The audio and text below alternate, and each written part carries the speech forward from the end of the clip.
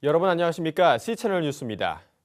대한예수교 장로회 고신총회가 제63회 정기총회를 개최하고 신임 임원들을 선출했습니다. 신임 총회장으로 선출된 주준태 목사는 고신교단의 순수한 신앙을 지키며 참된 복음의 길을 걸어가자고 강조했습니다. 곽영신 기자의 보도입니다.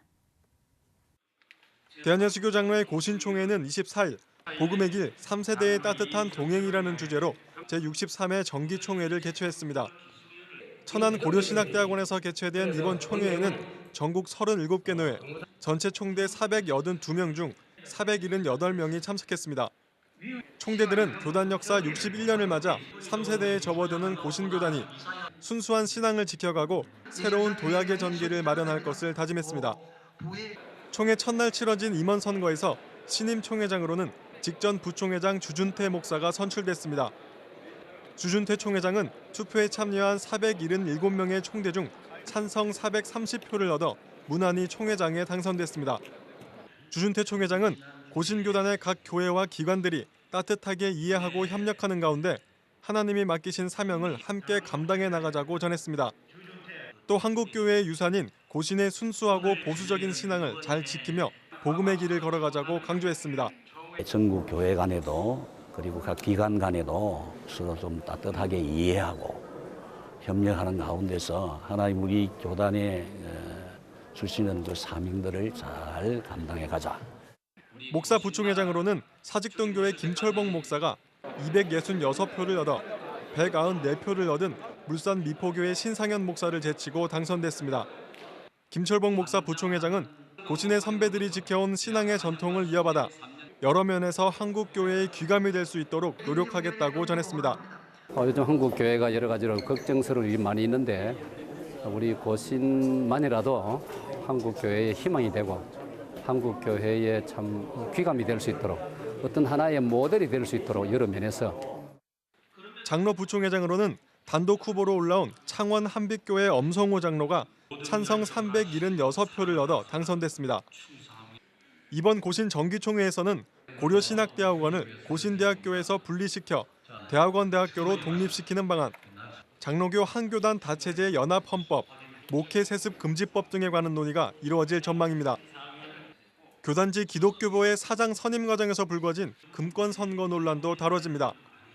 기독교부 신임 사장 최계호 장로가 선거 전 총회 유지재단 이사들에게 금품을 전달한 의혹이 제기된 가운데 이에 대한 진상 규명과 처리 여부가 관심을 모으고 있습니다. 한편 이번 회기 교세 통계 보고에 따르면 고신총회는 현재 37개 노회에 1,800여 교회, 3,300여 명의 목회자가 소속돼 있으며 전체 교인은 48만여 명인 것으로 나타났습니다. C채널 뉴스 곽영신입니다.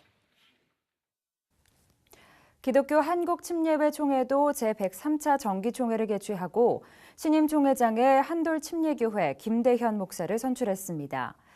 7년 동안 끌어왔던 여성 목사 안수 문제도 여성 목사를 허용하는 쪽으로 매듭지었습니다. 양화수 기자의 보도입니다. 기독교 한국침례회 제103년차 정기총회가 다시 복음으로라는 주제로 순천 팔마체육관에서 열리고 있습니다. 기심총회는 총회 이튿날인 24일 저녁 경선을 통해 한돌침례교회 김대현 목사를 신임 총회장으로 선출했습니다. 2차 투표까지 가는 접전 끝에 김대현 총회장은 전 총무였던 유영식 목사를 250여 표 차로 앞서며 총회장에 당선됐습니다. 김대현 신임 총회장은 단지 자리를 지키거나 정치를 하는 총회장이 아닌 발로 뛰는 총회장이 되겠다며 각오를 전했습니다. 구체적으로 총회 부채를 해결하기 위해 지속적인 노력을 펼치는 한편 미국 남침례교 소유의 연희동 천평 부지를 기증받을 수 있도록 협의하고 있다고 밝혔습니다. 또 농어촌 목회자를 위한 지원책을 마련하는 한편 원로 목회자의 처우 개선에 힘쓰겠다고 강조했습니다. 저를 변화시킨 그분의 힘으로 편가르지 않고 함께 어우러져 동력하는 마음으로 다가가겠습니다. 교단 화합과 발전을 위한 어떤 의견도 귀를 열고 크게 듣겠습니다. 기심 총회는 지난 7년 동안 계속돼 왔던 여성 목회자 안수 문제를 이번 총회에서 통과시켰습니다. 총회는 강서지방회와 서울중앙지방회, 전국여성선교연합회 등이 제출한 총회규약 제23조의 변경안을 받아들여 여성 목사도 허용한다는 조항을 삽입함으로써 여성 목사를 사실상 인정했습니다. 학교를 졸업한 침신대를 졸업한 많은 학생들이 이제 지방회를 통해서 그 절차를 거쳐서 목사 안수가 될 것이라고 생각하고요. 또 교단 안에 이미 아직 다른 곳에서 안수를 받으신 분들에 대한 보완 조치가 필요할 것이라고 생각합니다. 기심총회는 현 오류동 총회관 매각에 대한 건을 논의했으나 경론 끝에 매각하지 않기로 결의했습니다. 여의도 총회관 건축 등과 관련해 총회가 안고 있는 부채는 약 270억 원. 이 중 150억 원을 현 오류동 총회회관을 매각해 상환하자는 안건이 올라왔으나 총회의 미래를 위해 대학원 대학교로 활용하자는 등의 반론에 부딪혔고 거수 표결 끝에 매각하지 않기로 결의했습니다. 한편 이번 총회에서는 목사 134명과 전도사 197명이 인준됐으며 86개 교회가 새로 교단에 가입됐습니다. 이로써 침례교 총회는 지난해 2,986개 교회에서 86개 교회가 늘어난 3,072개 교회로 3,000교회 시대를 맞이했으며 122개 지방회에서 123개 지방회로 증가하게 됐습니다. 기침총회는 이 밖에 교단사나 기관 파송 이사들의 기부금을 의무화하고 지방회 예산 중 10분의 1을 총회에 납부해 개교회를 돕도록 하는 안건 등에 대해서는 교단의 건설적인 발전안이라는 공감대를 확인하고 다수의 결의로 통과시켰습니다. 기침총회는 26일까지 회무 일정을 마치고 폐회합니다. C채널 뉴스 양화수입니다. 대한예수교장로회 합동 제98회 정기총회에서 10년 넘게 논란이 되어온 납골당 투자 손실 문제를 마무리짓기 위한 결의가 나왔습니다.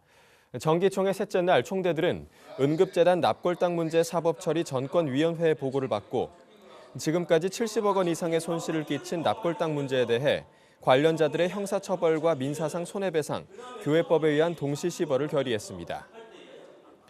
이 가운데 교회법에 대한 시벌은 현재 진행 중인 민형사 소송 결과를 지켜본 후 시행하도록 했습니다. 또 총대들은 2009년 충성교회와 체결한 납골당 매각 계약 절차를 투자 손실이 예상되더라도 매듭짓도록 했습니다. 이와 함께 당시 부실 매각에 관련된 응급재단 인사들이 자진 사퇴하고 사퇴하지 않으면 해임하도록 하기로 했습니다.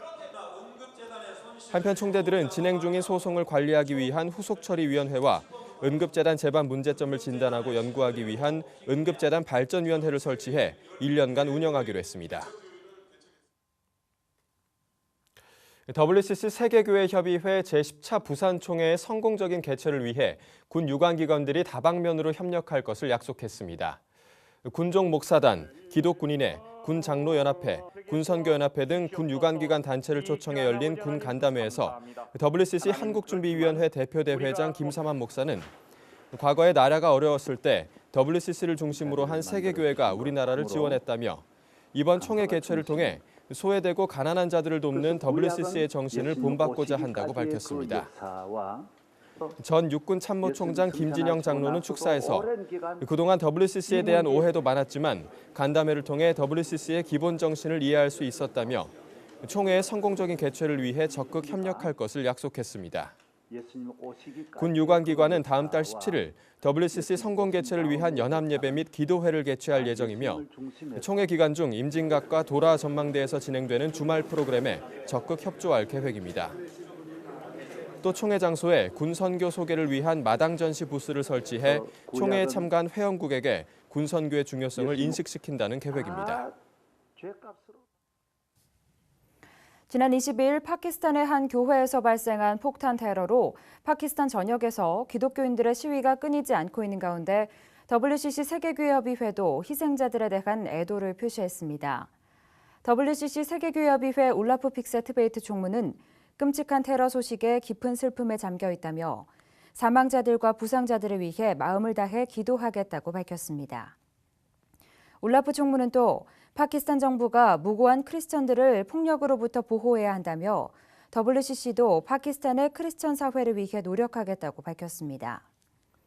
한편 이날 테러로 현재까지 85명의 사망자, 140여 명의 부상자가 발생한 것으로 집계됐으며 이슬라마바드, 라호르, 카라치 등 파키스탄 주요 도시에서 기독교인들의 시위가 끊이지 않고 있는 것으로 전해졌습니다.